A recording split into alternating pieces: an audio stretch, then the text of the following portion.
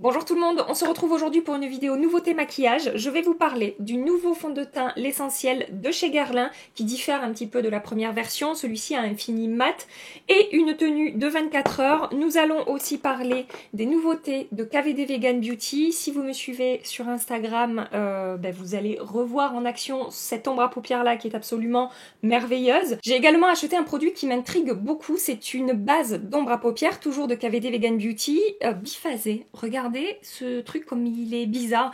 En bas on a un liquide noir, au-dessus c'est transparent en fait, et il faut il faut checker le produit puisqu'il s'appelle le Shade Primer et c'est censé fixer le maquillage et faire ressortir l'intensité et les pigments des ombres à paupières qu'on va appliquer par-dessus. Alors aujourd'hui je vais l'associer avec une ombre à paupières crème qui n'a pas forcément besoin de base et qui tient très bien seule, mais je suis trop curieuse en fait, j'ai vraiment envie de voir la texture, ce que ça va donner. Ils ont également sorti un nouveau gloss, je crois que ce sont les lip gloss tout simplement, oui c'est ça, j'ai pris la teinte Lolita. Et je veux aussi vous reparler dans cette vidéo des poudres de chez Dior dans la gamme Dior Backstage, les Face and Body Powder No Powder. Je vous en ai parlé encore sur Instagram mardi soir dans mes stories make-up, mais je continue les tests, je vais vous en reparler aujourd'hui sur YouTube. Voilà le petit programme de cette vidéo. Je vais aujourd'hui commencer par le teint. Laissez-moi vous expliquer pourquoi. J'ai commandé 3 autres teintes de ces ombres à paupières KVD Vegan Beauty et c'est censé arriver ce matin chez moi et j'aimerais pouvoir vous les montrer au moins au niveau des swatchs et tester avec vous aujourd'hui une autre teinte que celle-ci que je vous ai déjà présentée 2 fois sur Instagram. Donc je commence par le teint et j'espère qu'au moment où j'arriverai à l'étape des yeux, mon facteur aura déposé mon petit colis. Je vais commencer par appliquer ma base, l'Essentiel de chez Guerlain, qui est une base que je connais très bien, que je vous ai déjà présentée moultes et moultes fois. Elle fixe très bien mon maquillage et elle contrôle également très bien mon excès de sébum. Donc c'est pour ça que je l'applique aujourd'hui. Et puis bon, vu que je vais tester, enfin pas tester, je l'ai déjà testé, mais vu que je vais utiliser le fond de teint L'Essentiel de Guerlain, j'ai eu envie de l'associer avec la base L'Essentiel de Guerlain. Voilà. Et je passe maintenant au fond de teint L'Essentiel, très beau packaging en verre, on a un bouchon ici qu'on enlève. C'est un flacon pompe, j'ai pris la teinte 02W. C'est un fond de teint avec 96% d'ingrédients d'origine naturelle, fini mat naturel à la haute couvrance, pas tout à fait d'accord, et tenue de 24 heures. Texture confortable et légère, tout au long de la journée, le teint est parfait et naturel, les pores et les imperfections sont floutés. Il y a un SPF de 15 dans ce fond de teint, on a 30 teintes. Au niveau de la texture, ça va donner ça, donc c'est pas trop fluide, mais c'est pas trop épais non plus, c'est un petit peu un entre-deux. Et je vais l'appliquer à l'éponge. J'ai déjà testé deux fois, je crois, ce fond de teint, ça fait pas beaucoup. Mais alors j'ai adoré son rendu sur la peau au moment de l'application, mais j'ai pas trop fait attention à la tenue. En fait, c'est des journées où je crois j'étais vachement occupée et je me suis pas trop souciée de mon maquillage et j'ai même oublié de checker avant de me démaquiller dans quel état était ma peau. Donc je vais essayer de faire un petit peu plus attention aujourd'hui pour voilà. De toute façon, je reviendrai ce soir vous montrer la tenue du fond de teint, donc forcément je ferai attention à son rendu sur la peau. Mais en tout cas, au moment de l'application, les 2 fois où je l'ai appliqué, je le trouve vraiment super beau sur la peau. La texture est très fine. On a le temps de le travailler, d'étirer la matière. C'est pas une texture qui va sécher et se figer. Il a un fini semi-mat. Alors là, il est encore... Je vais le laisser sécher. Je vous parlerai du fini après. Je vais vous parler de la couvrance. Alors, ils disent qu'il a une haute couvrance. Moi, je suis pas d'accord. Je dirais qu'il a une couvrance légère à moyenne, en fait. C'est-à-dire qu'on peut avoir un rendu vraiment très fin et un petit peu en transparence sur la peau. Et on peut moduler pour avoir une couvrance moyenne. Si vous avez genre une rougeur comme celle-là que j'ai ici, oh mais pourquoi j'ai pas zoomé? Mais venez avec moi enfin. Oh. Par exemple sur des rougeurs comme celle que j'ai ici, il faudra faire de la correction un petit peu plus ciblée. Vraiment je le trouve très joli au moment de l'application ce fond de teint. La texture c'est complètement fondu à la peau, on ne la voit pas, c'est totalement imperceptible. Et ça me fait une jolie peau, un joli grain de peau. Alors est-ce que mes pores sont forcément plus lissés avant ou après le fond de teint? Non. Mes pores ont la même tête des deux côtés, c'est pas plus flouté ou plus lissé du côté où j'ai appliqué le fond de teint. C'est un fond de teint avec un fini, je dirais, semi-mat. Ça ne va pas vous plomber le teint, c'est pas non plus extrêmement lumineux, mais j'ai quand même de la lumière qui va se dégager de mon teint. Gardez en tête que j'ai les 3 gros éclairages encore devant moi, et donc au niveau de la couvrance, ça donne ça. Donc c'est pas extrêmement couvrant, mais ça corrige quand même très bien le teint. Et dernière chose que je voulais vous dire, il est parfumé. Si vous n'aimez pas les fonds de teint et les produits make-up parfumés, n'achetez pas ce fond de teint. Alors c'est pas hyper agressif comme odeur, mais quand même, c'est parfumé et ne me demandez pas de décrire l'odeur, j'en suis absolument incapable. Mais voilà, sachez qu'il y a du parfum. Et je vous remontre le rendu maintenant que j'ai appliqué le fond de teint sur tout mon visage. Vous voyez au niveau de mes rougeurs et de mes imperfections là, ça les a quand même bien atténuées, mais voilà, celle-là, il faudrait que je fasse une correction plus précise et peut-être que celle-là aussi, mais je vais pas le faire parce que je m'en fous, hein. Et d'ailleurs, j'ai quand même pas mal de texture de peau là aujourd'hui autour de ma bouche et le fond de teint ne l'a pas marqué, ne l'a pas amplifié, donc c'est encore un point positif au moment de l'application par rapport à ce fond de teint.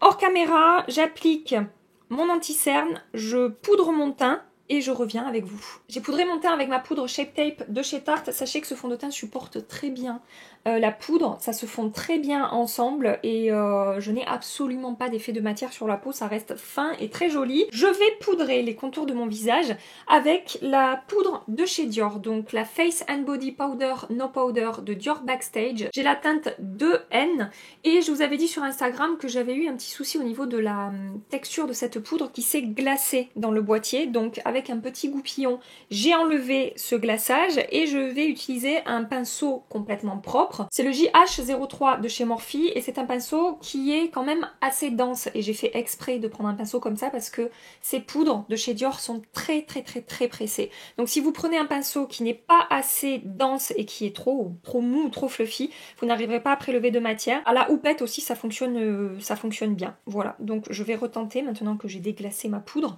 voir ce que ça donne. Au-delà de ce problème que j'ai eu, je trouve que ce produit a un très beau rendu sur la peau. Alors c'est une poudre qui va vous apporter un petit peu de lumière, un petit peu d'éclat, mais de manière très naturelle. C'est pas quelque chose de trop glowy ou trop lumineux. Si vous aimez les rendus très naturels sur la peau en termes de lumière, ça pourrait vous convenir. La texture est très fine et fusionne très bien avec les produits que j'ai appliqués en dessous. Maintenant, ça n'est pas une poudre que je vais appliquer sur ma zone T, parce que j'ai la peau mixte, donc j'ai besoin de matifier ma zone T pour contrôler les brillances au cours de la journée, mais sur les contours de mon visage, je la trouve tellement jolie, complètement fondue, complètement imperceptible, sans aucun effet de matière, pas de paillettes dans cette poudre. Regardez la lumière qu'elle a apportée à mon teint. Elle a un petit effet floutant, ça va un petit peu embellir mon grain de peau. Après, c'est pas quelque chose qui va complètement vous lifter la peau, hein. Et là, j'ai pas l'impression que ça se glace avec ce pinceau. Donc c'est possible que l'autre pinceau que j'avais utilisé pour appliquer cette poudre, c'était pas un pinceau propre, c'était un pinceau avec lequel j'avais déjà appliqué d'autres poudres sur mon visage. Et c'est possible que ce soit ça qui ait glacé la texture. Parce que en fait, sur l'autre teinte que j'ai, qui est une teinte que j'utilise comme bronzer, ça ne le fait absolument pas. Et là, avec ce pinceau, ça ne le fait absolument pas. Et pour la comparer à une autre poudre lumineuse compacte comme ça que j'aime énormément, la CC Brightening Powder de chez By Terry, la Dior est quand même un petit peu moins lumineuse que la By Terry, elle apporte moins d'éclat. Par contre, au niveau du rendu sur la peau, je trouve qu'on s'en rapproche quand même pas mal. C'est tout aussi fondu, tout aussi fin, tout aussi imperceptible. Et comme je vous dis, ça a tendance quand même à embellir un petit peu le grain de peau. Donc je la trouve très belle. Et maintenant, je vais réchauffer mon teint avec la même poudre, mais en teinte 4N, qui est une teinte assez chaude, qui va vraiment vous apporter un effet hâlé et un petit peu lumineux également. Je vous ai préparé le swatch. Voilà. Alors dans le boîtier, c'est vrai que j'ai l'impression que c'est un petit peu plus neutre que ça. Finalement, comme je vous dis, c'est une teinte assez chaude. Je prends mon pinceau 10 de chez It Cosmetics qui est assez dense à nouveau pour pouvoir bien prélever de la matière. Hop. Regardez, en 3 coups de pinceau. C'est déposé, diffusé, estompé et le rendu est super joli, ça reste fin, ça reste imperceptible sur la peau. Par contre, si vous aimez les teintes avec des sous-tons froids pour structurer le teint ou plus neutre, n'achetez pas cette teinte-là. Les autres teintes, je ne sais absolument pas ce que ça donne et je ne peux pas, je suis désolée, mais je ne peux pas vous aider à choisir vos teintes, c'est impossible. Je reçois de temps en temps des messages, je comprends hein, vos demandes parce que c'est très dur de trouver sa teinte en ligne. Vous me dites, oui alors chez Dior, je suis telle teinte, chez MAC, je suis telle teinte, alors du coup, est-ce que tu peux m'aider à trouver ma teinte dans ce produit? Non, je suis désolée, je peux pas. En plus, moi, je connais que mes teintes. Je ne connais pas les autres teintes des produits que j'ai. Par exemple, la 5N, je ne sais absolument pas ce qu'elle donne, donc je peux pas choisir pour vous. Et en plus, je connais pas votre peau, donc je peux encore moins choisir pour vous. Voilà, je suis désolée, j'aimerais bien, mais je ne peux pas. Et le fait d'avoir appliqué ces deux poudres, en poudre de finition plus en bronzer, j'ai un super joli glow sur la peau, mais ça reste très naturel et c'est vraiment fondu. Et c'est pas juste du glow là où on applique l'enlumineur en fait, c'est assez diffus et je trouve que ça apporte vraiment cet effet peau en bonne santé que j'aime beaucoup et je ne vais pas appliquer d'enlumineur aujourd'hui. Comme blush aujourd'hui, je vais appliquer le Cheek to Chic de Charlotte Tilbury en teinte Pillow Talk. J'utilise mon pinceau M500 de chez Morphe.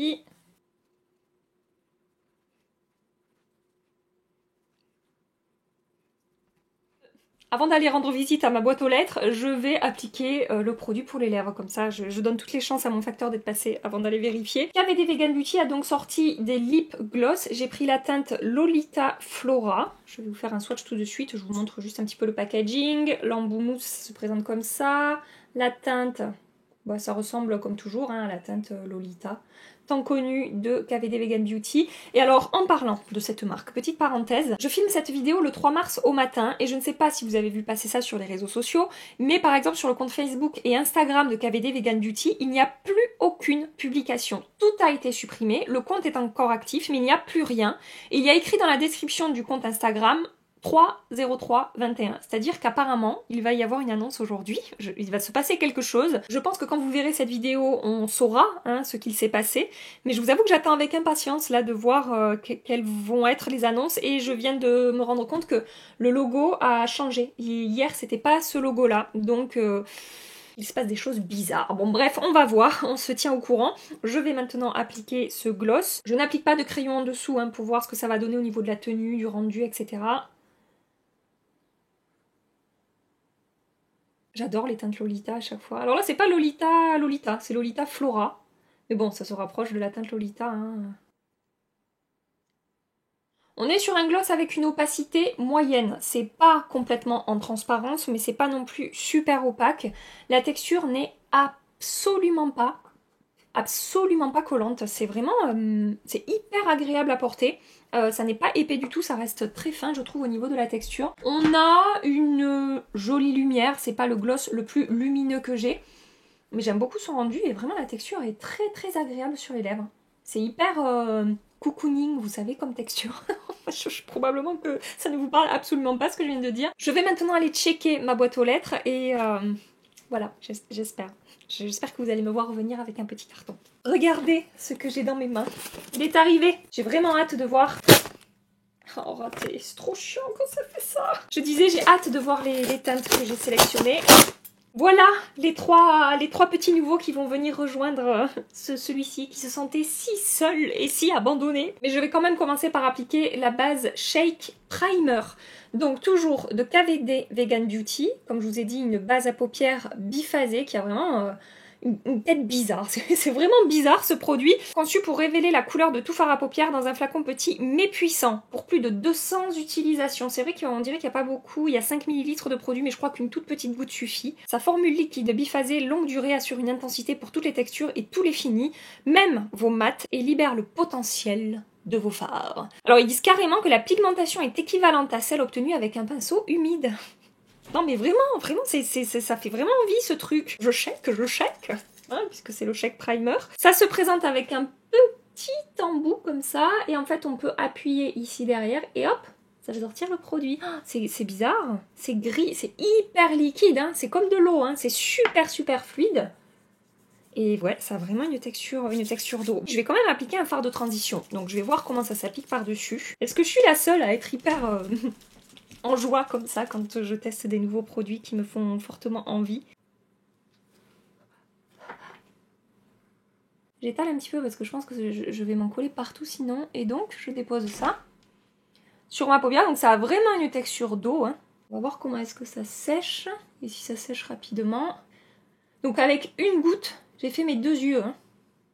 Qu'est-ce qu'ils disent dans les conseils d'utilisation? Agiter pour bien mélanger la formule. Retirer le bouchon.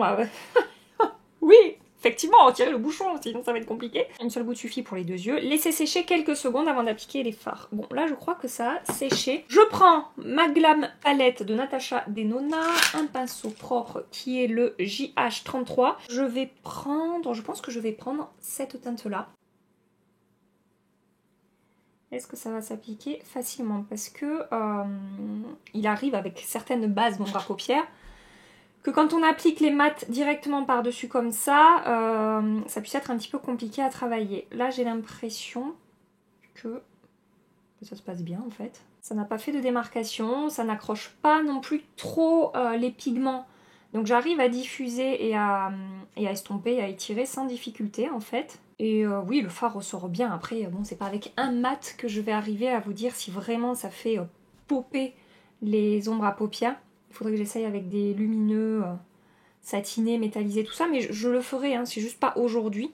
Mais je vais m'en occuper et je pense que je vous ferai la démo que ce soit ici ou sur Instagram. Donc vous pouvez toujours nous rejoindre sur Instagram, hein, comme d'habitude, n'hésitez pas. Ici passe des choses là-bas, vous savez. Et je passe maintenant au Basil Stick, toujours de KVD Vegan Beauty. Donc ce sont des ombres à paupières dans des formats comme ça, de rouge à lèvres en fait. On tourne, le produit sort. Et ce sont des ombres avec une texture crème presque mouillée en fait. Quand on fait le swatch sur la main, on sent que la texture est mouillée. Regardez-moi cette beauté.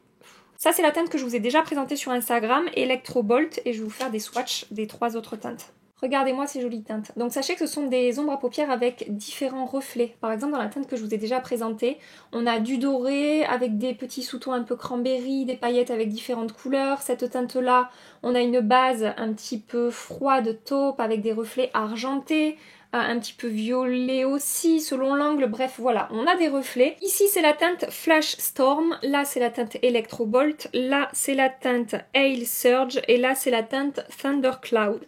Tout sera dans la barre d'infos évidemment. Et vraiment aujourd'hui j'ai envie d'appliquer cette teinte là, c'est celle je crois qui me plaît le plus des 3 que j'ai acheté. Oh, le rose aussi il est beau là.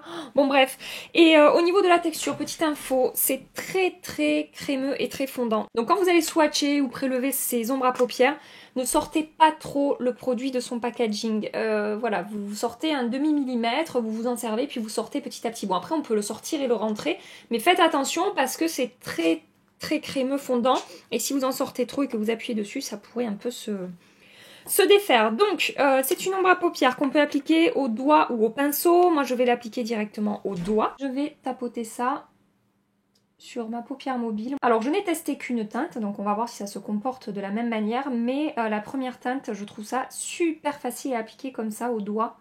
Ça accroche tout de suite à la paupière, ça se dépose de manière uniforme, j'ai pas de mal à travailler le produit. Je reviens en chercher, j'y vais petit à petit quoi, donc je reviens en chercher, je construis petit à petit l'intensité que je veux. Oh, c'est tellement joli. Soit vous pouvez appliquer ces ombres à paupières de manière assez opaque comme je suis en train de faire, mais si vous déposez la matière au doigt sur votre paupière et que vous estompez avec un pinceau et que vous étirez la matière, vous aurez un rendu beaucoup plus en transparence et beaucoup plus scintillant. Vous pouvez varier le rendu en fait avec ces ombres à paupières. Et j'ai testé les 2 techniques et j'ai trouvé les 2 super jolis quoi. Voilà, donc là franchement j'aurais pas vraiment besoin d'en rajouter, je vais juste peut-être travailler un petit peu au pinceau les bords, mais ma paupière mobile là c'est fait quoi, c'est hyper rapide. Et au niveau de la tenue, sachez que sur moi ça tient très bien. Par contre ce ne sont pas des ombres à paupières qui sont complètement sans transfert. Si vous touchez votre paupière, vous aurez un petit peu de matière sur votre doigt, mais ça reste des produits qui tiennent vraiment très bien. Et j'ai fait mon teint avant mes yeux et je n'ai pas de chute sur mon teint. Et comme je vous ai dit, je vais retravailler un petit peu mon creux, c'est-à-dire que je veux étirer un peu cette teinte au-dessus de mon creux. J'ai nettoyé mon pinceau dans un chiffon et je vais prendre cette teinte-là, la plus claire. Ici, c'est la teinte Hail Surge. Et je vais en déposer le long de mon ras de cils inférieur. Bon, on va pas voir grand-chose, mais j'ai envie quand même de voir un petit peu ce que ça donne. Donc c'est un champagne, presque rose gold en fait, j'aurais envie de dire. Il y a des petites paillettes dorées mais très légèrement, c'est pas la teinte dominante, mais on en a quand même un petit peu. On est sur un champagne un peu rosé quoi, voilà. Et je vais continuer mon ras de cils inférieur avec la même teinte que j'ai appliquée au-dessus sur toute ma paupière mobile. Hors caméra, je fais un trait de liner, j'applique du mascara et je reviens avec vous pour vous montrer le rendu final de mon maquillage. J'ai un truc à vous dire par rapport au fond de teint, là je suis en train d'observer quelque chose qui ne me plaît pas beaucoup. J'ai encore appliqué aujourd'hui le mascara Magnette de chez Benefit que je continue à tester depuis la semaine dernière. J'aime beaucoup le résultat. Sur mes cils, ça m'apporte un joli volume, une jolie longueur, ça ne fait pas de paquet, ça me fait vraiment une belle frange de cils. Mais le fait que ce soit un mascara aimanté, je vous avoue que ça ne m'apporte pas plus que d'autres mascaras qui ne sont pas aimantés et que j'aime beaucoup. Je vois pas forcément la différence et je vous montre le rendu final de mon maquillage. Donc sur les yeux, vraiment, j'adore cette teinte. Je trouve ça vraiment très très beau. Sur le teint, globalement, c'est très joli, à part ici, où je commence à avoir un petit peu un effet sec avec le fond de teint, en fait. C'est léger, mais ça marque un petit peu ma peau, c'est pas hyper fondu. À voir comment est-ce que ça va évoluer au fil des heures, je reviens ce soir, mais ça part pas très bien de ce côté-là. Ça fait un petit peu plus de 9 heures que je porte le maquillage, je n'ai pas fait de retouche. Tout a très bien tenu, sauf le fond de teint. Je vous ai dit ce matin que j'ai commencé à voir de l'effet de matière avant que je ne vous quitte. Sur le contour de ma bouche, et bien tout s'est aggravé, mais vraiment, vraiment aggravé. C'est-à-dire que sur mon front ça va, je brille un petit peu, c'est très raisonnable avec ma peau mixte au bout de 9 heures sans retouche, donc de ce côté-là je suis contente au niveau du contrôle des brillances, franchement c'est pas mal du tout. Par contre, donc l'effet de matière, c'est ici que ça se passe et c'est le seul endroit où j'ai l'effet de matière sur le visage en fait. Sur tout le reste de mon visage, tout est très joli, fondu, sans effet de matière, ça fait pas sec, tout va bien vraiment, mais alors là, là, c'est une catastrophe. C'est-à-dire que là, si je devais sortir de chez moi, je me remaquille en fait, je ne reste pas comme ça.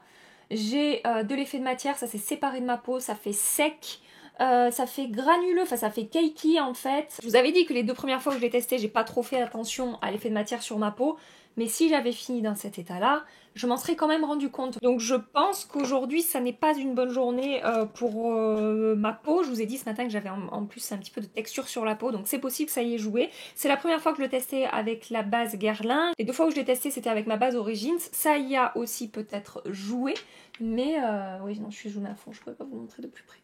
Mais voilà, c'est bon, c'est pas très joli. Il faut que je continue les tests pour ce fond de teint. Donc par rapport aux produits que j'ai testés aujourd'hui, les poudres Dior, je les valide. J'avais des petits doutes concernant celle-ci par rapport à sa texture, mais en fait, utiliser un pinceau propre, assez dense, et je pense que tout se passera bien. En fait, en tout cas, tout s'est bien passé aujourd'hui, donc je suis très contente et le rendu sur la peau également. Les ombres à paupières, est-ce que j'ai vraiment besoin de vous dire à quel point j'aime ces produits? Je ne pense pas, ça n'a absolument pas bougé. Hein. Pour la base d'ombre à paupières, écoutez, tout s'est bien passé aujourd'hui. Je teste ça dès demain avec des ombres à paupières poudre pour voir un petit peu ce que ça donne. Mais aujourd'hui, ça s'est bien passé. Hein. Ça ne m'a pas empêché de travailler mon fard mat par-dessus, d'appliquer les fards crème et ça a très bien tenu.